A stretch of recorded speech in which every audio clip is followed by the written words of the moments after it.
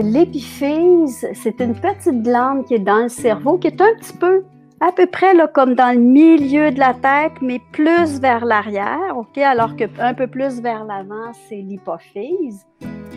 L'épiphyse ou la glande pinéale, c'est une glande qui produit, entre autres, de la mélatonine.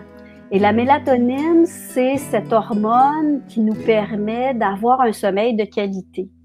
Et cette hormone-là, elle est sécrétée par la perception de l'intensité lumineuse que je peux avoir.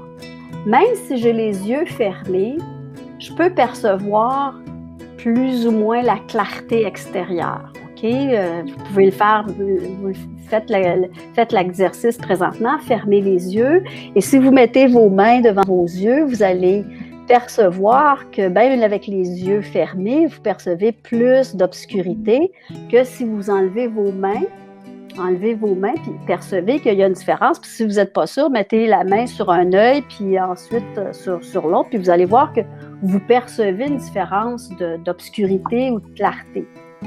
Ça veut dire quoi? Ça veut dire que comme cette glande-là, elle est sensible à la lumière et que l'hormone va être sécrétée en fonction de la perception de l'obscurité ou de la clarté, à ce moment-là, c'est important de dormir dans un endroit qui est plus sombre, avec peut-être des toiles. Si vous voyez, moi ici, par exemple, j'ai des rideaux qui sont quand même assez foncés.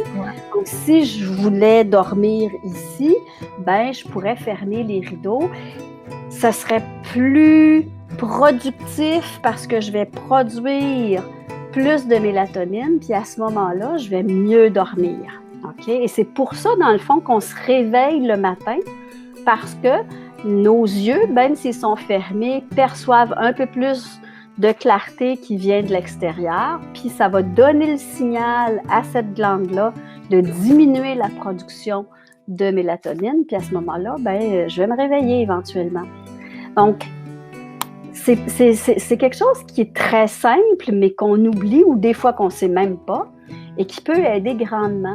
Et ça va jouer également sur notre perception ou le sentiment d'anxiété qui peut se développer aussi parce que normalement, quand on est réveillé, on est un tout petit peu plus, en principe, en état de vigilance. Il y a des sentiments, des émotions un peu plus d'anxiété, d'angoisse qui peuvent naître et des fois, c'est à rester là pendant un bon bout de temps. Donc, c'est important de reconnaître ça et à ce moment-là, de dire « OK, un état d'anxiété, ça va être encore une fois le système sympathique qui va être sollicité. Et donc, mon rôle, si je m'aperçois de ça, c'est de dire, OK, je vais mettre le parasympathique, celui qui me met au repos, celui qui me permet de me retrouver une force et énergie nouvelle, qui me permet de me régénérer.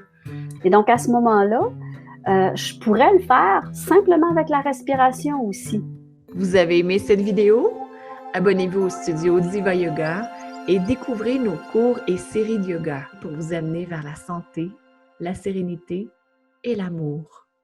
Au plaisir de vous accueillir au sein de la magnifique et bienveillante Diva Family.